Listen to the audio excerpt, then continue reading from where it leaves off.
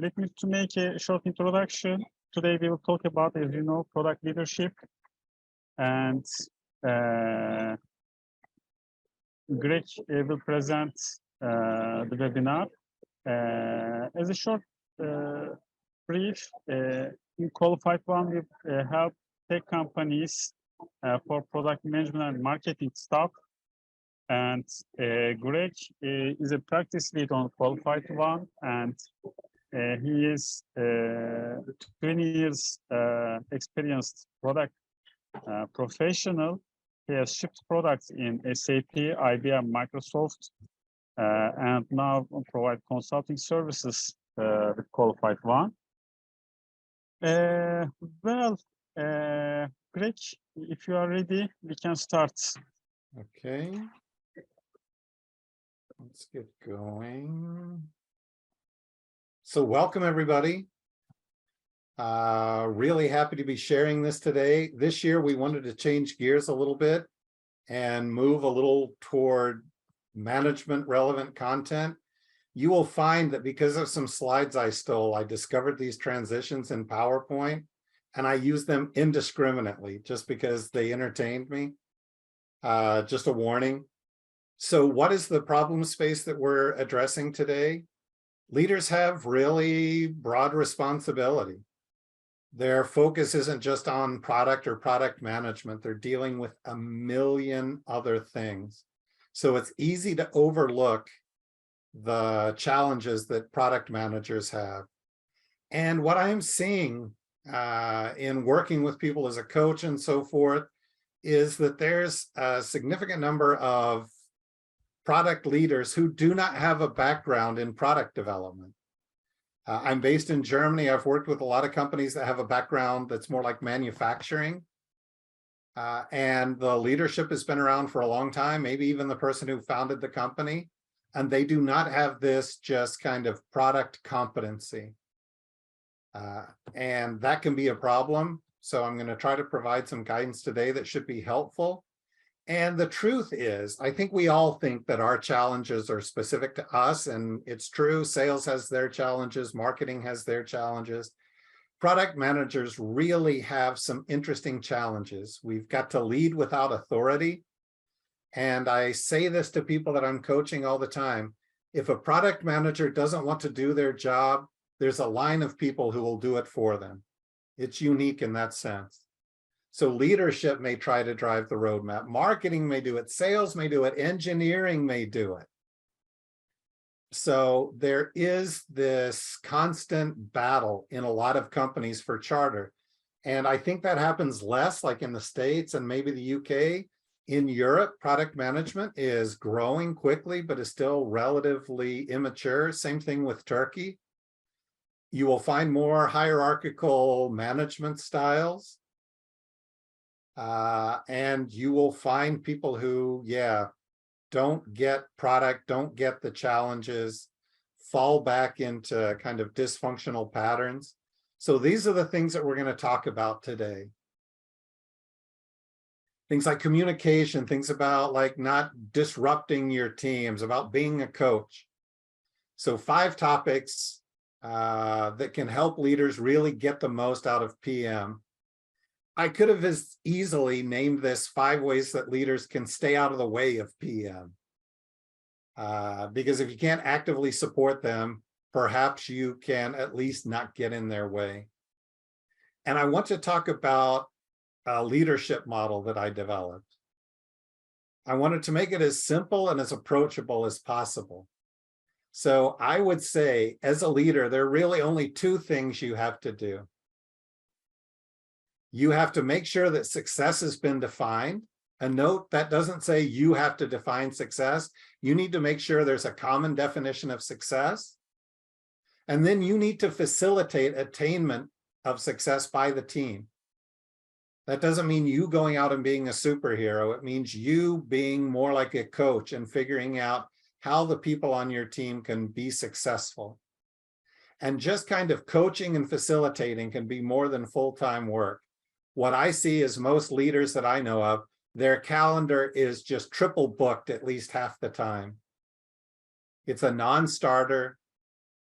They're leading kind of in the white space in their calendar, not an ideal model. But the tips I will give you today are either about this idea of defining success or executing toward it. So the first thing we're going to talk about is defining and communicating what I call business motivation. Super critical. So every time I talk to a leader, you will not find a leader that says they're not strategic, very few. If you ask them what a strategy is, you don't often get a great response. With leaders, it's better than with individual contributors, but let's say generously, half of product leaders can't say what a strategy is. Far, far fewer have it written down in any kind of comprehensive, up-to-date manner. And really, just having a strategy is step one. It's like your product. If you don't message it, it doesn't do a lot of good. If it stays in a PowerPoint on your laptop, it's almost waste, like in a lean sense. When I ask leaders about what their strategy is, this has happened multiple times. I would call it a pattern. They will pull up their laptop, they will dig around in directories until they find this, PowerPoint that came out of some offsite they had last year that has a list of ways they want to make money or how much money they want to make. That's their strategy. We will talk about that. That is not a strategy the way I define it. So I consider a strategy a course of action that takes you towards success. It's about executing. And obviously, you need a definition of success to define that course. So that's the order of operations. I define what success looks like. Then I can define a strategy that allows me to achieve that success. And by the way, then I can build a strategic plan that determines exactly what I'm going to do, when, who's going to do it to achieve my strategy. But these are different things. Define success, broad strokes, what's the course of action I'm going to take? What is my plan? A strategy is not a plan. Definition of success is not a plan. So this idea of strategy becomes much more powerful when I integrate it into a broader model. And the one I use is from the object management group. It's called business motivation. Super powerful. Remember that word, look up the spec. It covers a lot more than what I'm going to talk about today, but a very powerful way to think about what motivates you to be in business and how you're going to be successful. Here's an example. The model breaks things up into ends that I want to achieve, and then the means I'm going to use to get there. So if you can only do one thing, define a vision. That can be super powerful if you do it well. It's rarely powerful in practice, but it can be. This is for a surveillance solution, a company that does like urban surveillance. And they want to be the most cost-effective surveillance solution that's based on intelligent technology, whatever that means. A vision is great. It can be unifying. It can be inspiring. But to see if we're moving toward our vision, we need goals and objectives. Goals are general things. And here's one example. Our goal is to increase revenue and margin. And then you see some time-bound, actionable, measurable objectives beneath those. So I don't just want to increase revenue and margin. I want to double it by X date. I want margin to stay at this rate through some date. Those are the ends I want to achieve. I can start capturing the means with an elevator pitch around my strategy. And this little paragraph captures in very broad strokes what I plan to do.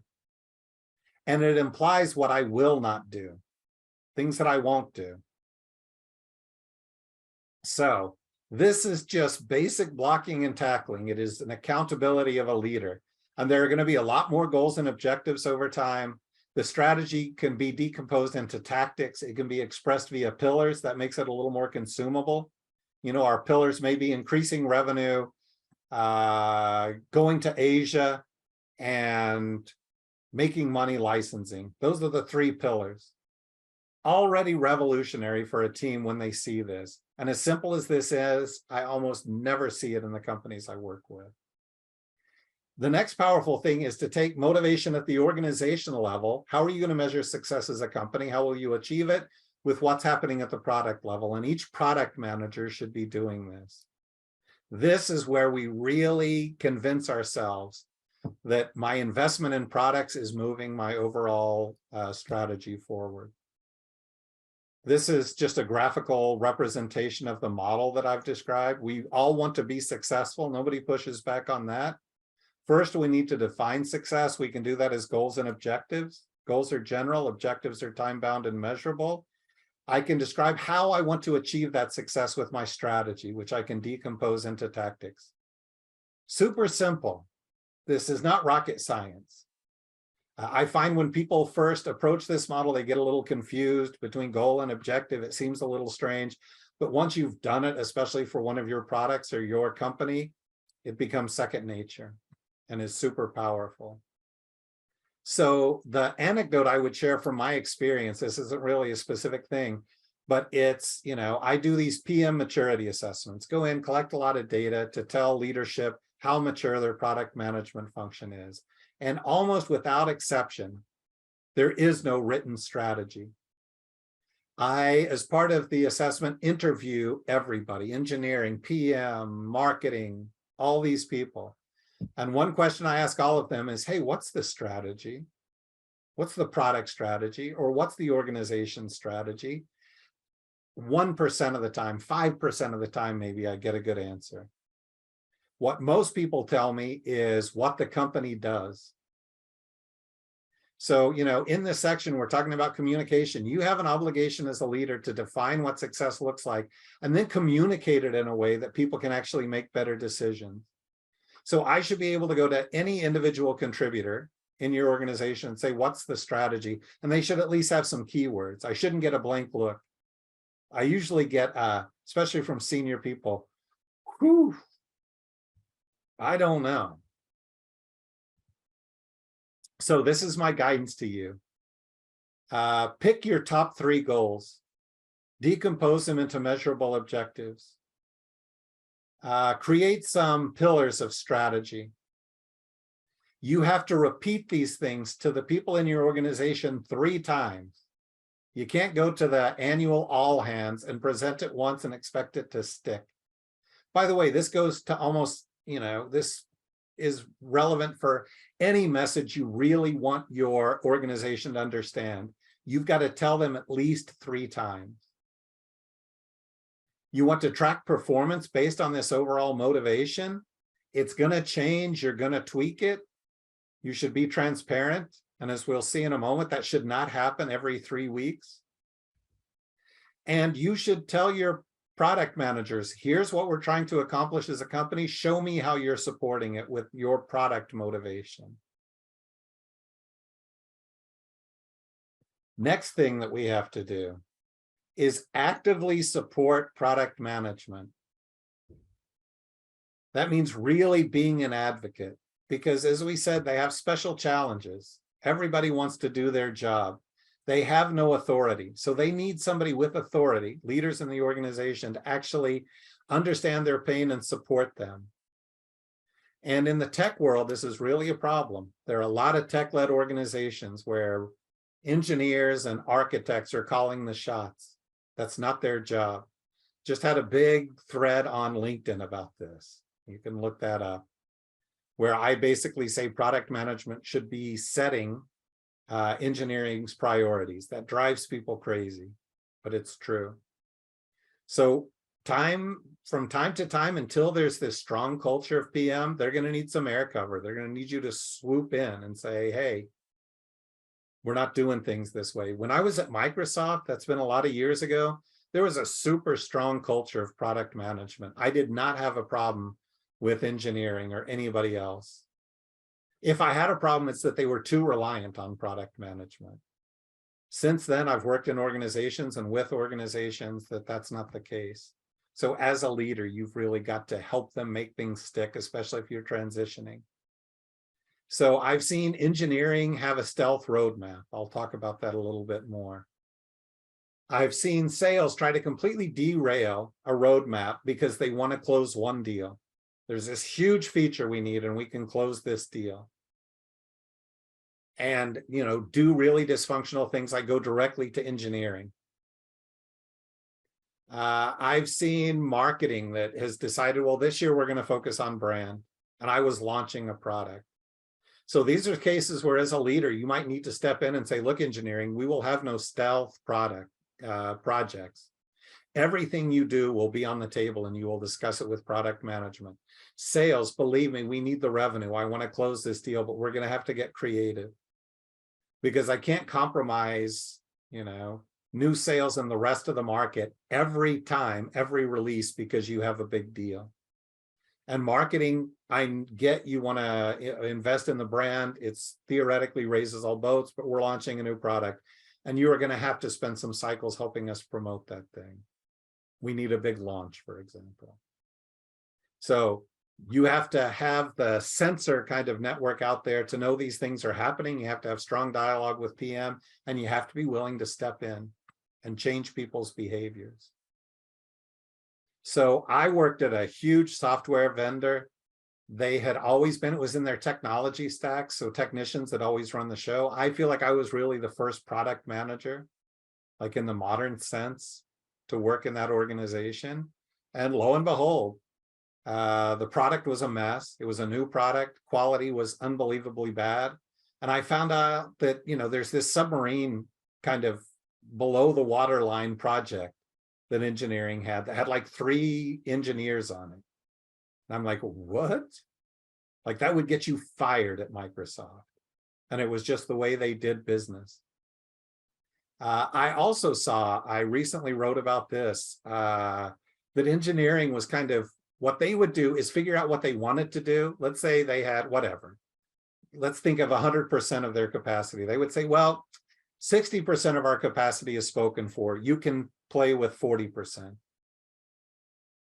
Cannot work that way. Cannot work that way. Everything has to be on the table, and we have to make decisions about engineering's priorities together. And engineering needs things. They need to pay down tech debt and all that stuff, and we have to be sensitive to that. But just predetermining what they're going to invest in those things is a non-starter, because they are not accountable for the success of the product. We will have like a dedicated section or some time for questions. I can't really see the chat thing, and I feel like I'm monologuing up here. So are there any questions up to this point?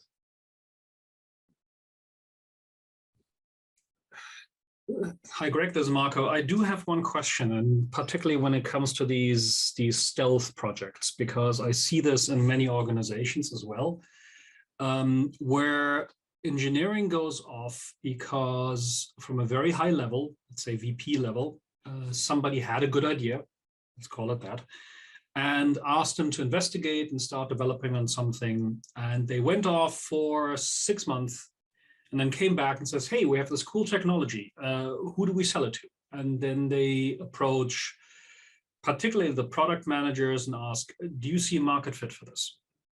In many cases, these kind of developments are not known to the product manager. How would you go about this? I mean, does it make sense to then find the problem that fits the solution, or push back, or entertain the idea?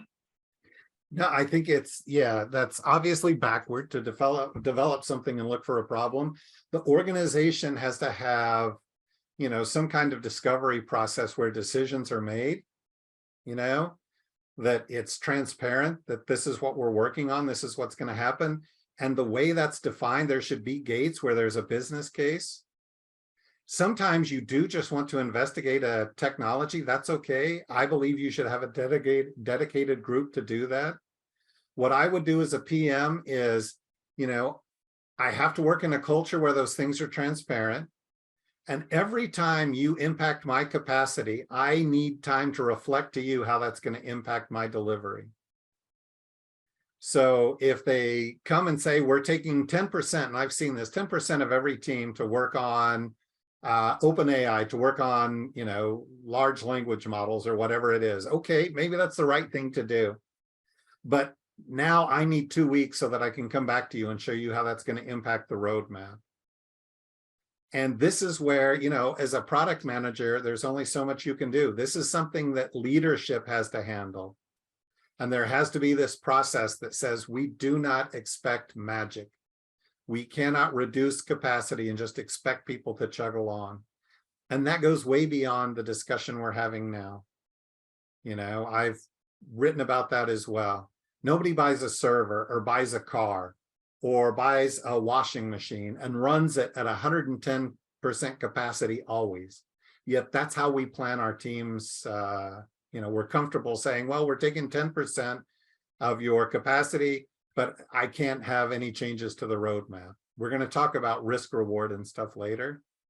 But, you know, this is something that a leader has to do. There has to be institutional mechanisms to make sure that some leader isn't getting a wild hair and just randomizing a bunch of work. There has to be more structure to it. I'm not saying it can't happen. I'm just saying it can't happen on a whim. And there should be this process where we assess how that's going to affect our current plan. So I hope that was helpful. Thanks. Yeah. So as a leader, the things that I would do to help here is have open dialogue with PM and ask them about their impediments. They may not tell you because they don't want to kind of rat out their coworkers. And I get that, but you need to know.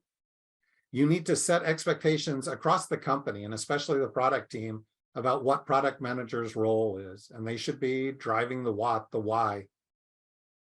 They should be making the decisions about what we develop because I'm going to hold them accountable for the performance of the product. And as your culture evolves, as you become more, you know, as product management becomes more mature, you can start backing off. But early on, you're really going to have to pay attention because it is rarely just like adopting product management. And there's still a lot of companies like in Europe that are doing it. Is not easy. It's not smooth.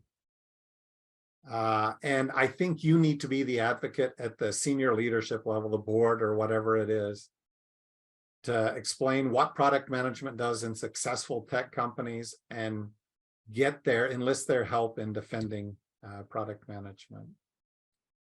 And here, you know, we kind of broached this in the last section. You cannot randomize your teams all the time. And I see this a lot. In big companies, we reorg every 6 months. In a lot of companies, our priorities just kind of drift, you know, all the time. Sometimes we have these like visionary leaders, especially who feel really comfortable just coming in and saying, oh, we were doing A, well, now let's do B.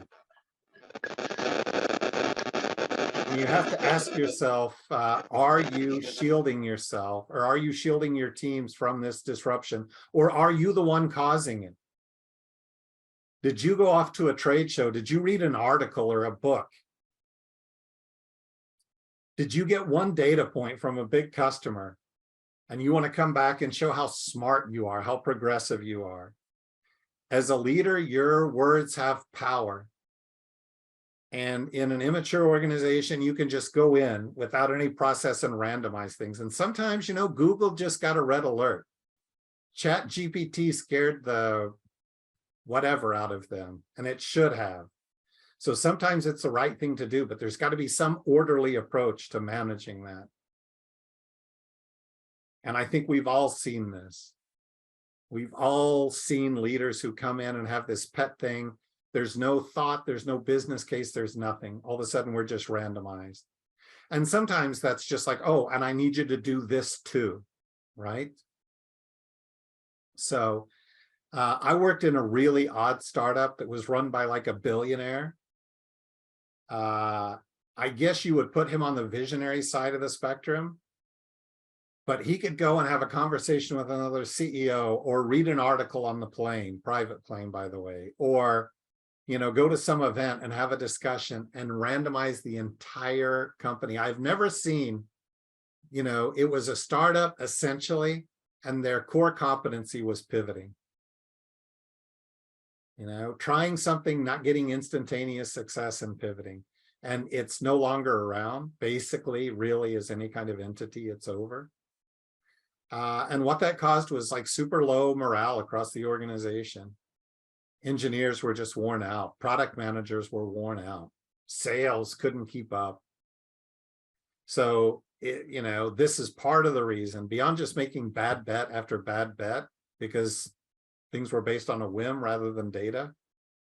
Yeah, randomizing your team can have a direct impact on your success, and you've got to avoid it. You've got to shield them from that and have some structure. You've got to have some change management. So as a leader, you should remember that you're kind of a step ahead. The product teams, for example, are focused on what comes next. You may already be focused on the next big thing in the market that's 3 to 5 years out. So you have to be careful about what you talk about and how you talk about it. People value a certain amount of stability and change management. You may be able to deal, it may be exciting to shuffle the organization every 3 months. That's not good for the people being shuffled around. 1 or 2 customers are not the market. So getting a couple of data points is a really bad kind of signal to just randomize everything. And if you are going to make a change, make sure you have the why down pat and express it in a way that everybody can repeat it and believe in it. The why is really important. And I rarely got a good why. I think most of the reorgs I saw were based on like personalities. Somebody left the company that created a power void and somebody jumped in and grabbed charter or, built their little fiefdom. That's not a good explanation. So the explanations that were given were usually just horrible. They made no sense. Number 4 is about really respecting the relationship between risk and reward. So what I see as a pattern in a lot of mature companies is the cash cow starts to die, things change. This is happening to Google right now. They need to change, and they have built an organization that knows how to babysit or maintain products. And in a day after an announcement, they expect all these people to now be innovators and go find the next multi-billion-dollar business. And they tell them, find the next big thing, make us a lot of money, and assume no risk. We will not accept any risk. And that just violates this whole risk reward thing, right? If you don't want to take any risks, you're going to get a small return. If you want a big return, you're going to have to take some risks. So I won't spend a lot of time here. I hope people see themselves in this. I hope they think about, their strategy also in terms of risk and ask themselves, are we assuming enough risk to get the returns that we expect? Or are we kidding ourselves into thinking we can play it safe and change the world? The two don't go together. So this is what I just explained, and I've seen it a bunch of times. In this case, I've seen it with clients I've worked with. Because what happens is they want to change direction. They want these new businesses. They realize that PM is the way they're going to develop these new businesses, that PM is critical in that role. So now they start throwing money at PM, and I'm part of that dynamic. And what I see time and time again are product managers going back with business cases that aren't fully fleshed out because there's not time, trying to attack new markets where there's just inherent uncertainty and being told, no, go find me something safe that will be a game changer. It's ridiculous. When we think about it this way, it's ridiculous. Happens all the time. So you need this strong kind of, I always think of it because of my background is like sensors in the organization to know what's going on. To know how people are thinking about the risk, to know what the core competencies of the organization are. You need to make hard decisions early. So the tendency is to ride this cash cow until it just is dead. Part of what a cash cow should be doing is funding the next big thing. And that means shifting priorities, spending money early so you don't find yourself in a crisis.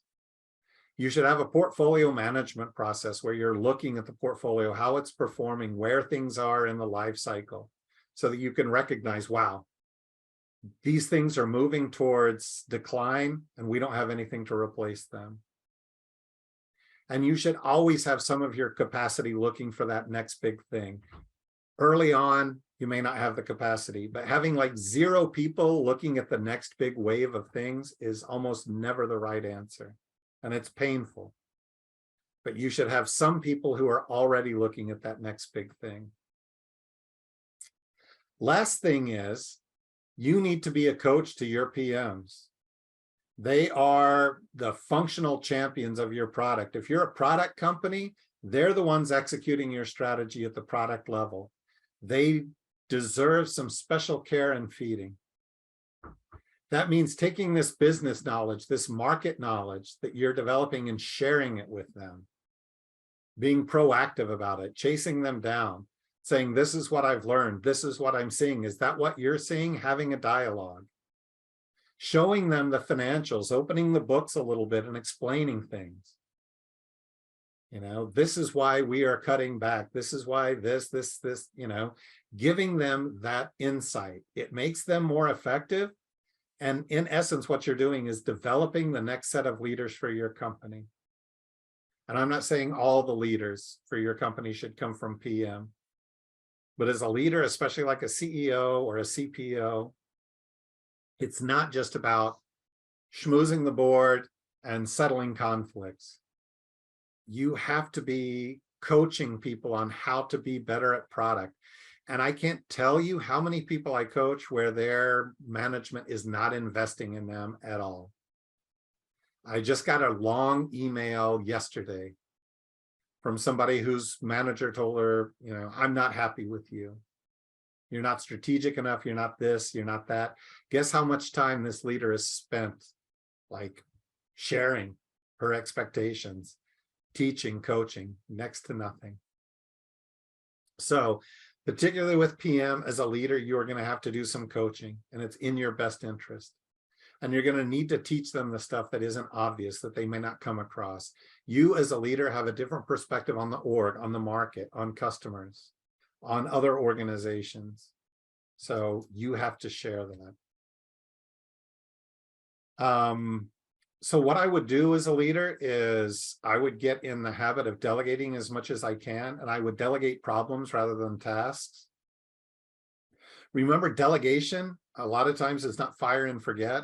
There's follow-up, there's coaching that helps people be successful. You need to make sure there are times that you're talking to product management and their leadership just about stuff, not about a customer crisis, not about the next release. It's just like, what's going on? What are we doing? What are our impediments?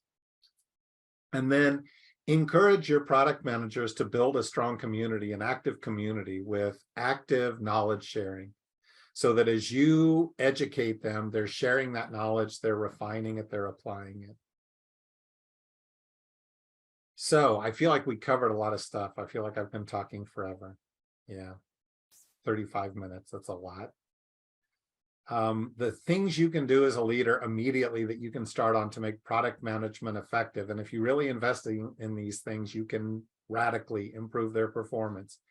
Make sure there's a definition of success, overall motivation, and communicate it. Support your product managers, your product management function. Do not be the source of disruption, and do whatever you can to shield people from disruption. Respect the laws of physics. You know, this isn't exactly physics, but respect fundamental laws. Do not expect people to come up with great results, great returns, if you're not willing to accept any risk. And find a way to coach your PMs. Give them some special care and feeding. It will pay off almost always. So I have until the top of the hour. I think we have plenty of time for questions, so I will stop talking. Thanks a lot, Greg, for the presentation. Guys, do you have any question? We can carry on with your questions right now.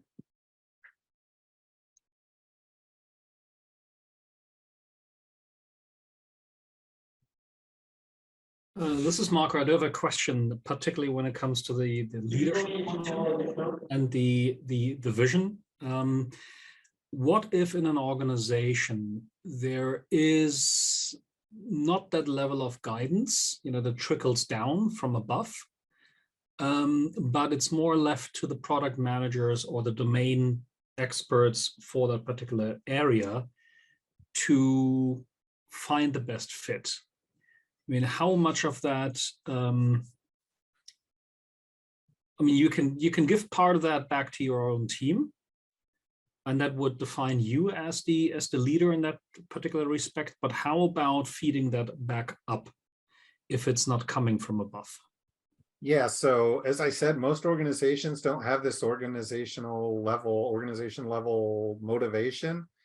The way I would approach that as a product manager is I would try to infer it. That's the first step. What can you infer about priorities and what they're trying to achieve? There's usually some material around. Look at, you can talk to leaders. You can try to get hold of decks from leadership meetings. You can look at the annual report. You can look at interviews. Try to infer what the strategy is. Try to infer what the company's top 3 goals are and what their objectives are. Create your product level strategy and align to those things reasonably. Do at least your top 3 goals and corresponding objectives. And then reflect that back to management and say, first of all, asking leadership for a coherent strategy is a perfectly reasonable request. So maybe I got ahead of myself. First step is to go to them and say, hey, I don't see it anywhere. Maybe I'm not looking in the right place, but I would like to see, goals and objectives. I would like to see an expression of how we plan to achieve that.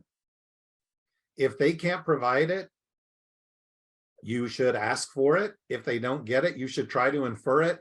And then at least you can go give them something that they can say yay or nay to. But having each product just try to, tacitly understand what the organization is trying to achieve and come up with their own goals and objectives is the best way to create silos for product teams to be getting in each other's way. So I would try to get leadership to cough it up. If they don't have it, volunteer to help them. Say, look, this doesn't have to be all-encompassing. Let's come up with our top 3 goals and the associated objectives. By the way, once you start the process, goals and objectives will appear everywhere you look. So I think instead of just kind of in your head saying, I think this is what we're trying to achieve, write it down, maybe validate that with some leaders and say, I didn't see a written strategy. This is what I think our goals are. Do you agree? Okay, this is what I'm going to align to. Oh, you don't agree? Well, let's fix this so that I know what I'm doing. And then pull in other people. You may have to do kind of leadership's job at the beginning, but you should continue to have this expectation that they step up and do their job. I hope that answered the question. Yeah, thanks. Thanks, Greg. Thanks, Mark, for the question. Another, or maybe I can ask a question. What about the attendees? Who are product managers, who are founders or company leaders? And does these do these make sense for you? Can you share your experience? I misunderstood. I couldn't hear a word in there. There was one word. I somehow missed the question. You're talking about founders and leaders. What's the question, Burak? Yeah, Greg, I mean, who are the product managers? Who are the founders? I would like, I asked to the attendees Okay. their job description or a position. So does this make sense for your organization? So, Burak, maybe I can give a feedback. Yeah. Thank you, Greg. It was a very nice presentation and it was very inspiring. I am a founder. I am the founder of Cloud for Feed. It was really very relevant for me. I just, maybe I can ask if this recording will be available on any platform. I think I definitely will need to go through it again. So thank you. Thanks for the feedback, Jeff. And yeah, I guess We will make this available somewhere, right, Burak? Yeah, sure. We are recording, Jeff, and after the webinar, we will share on LinkedIn, and individually, I can send the link to you, of course. Okay. Thanks It for will be attending good. Thank you. us. Thank you. Great. Another question, or anybody who want to share his own experience?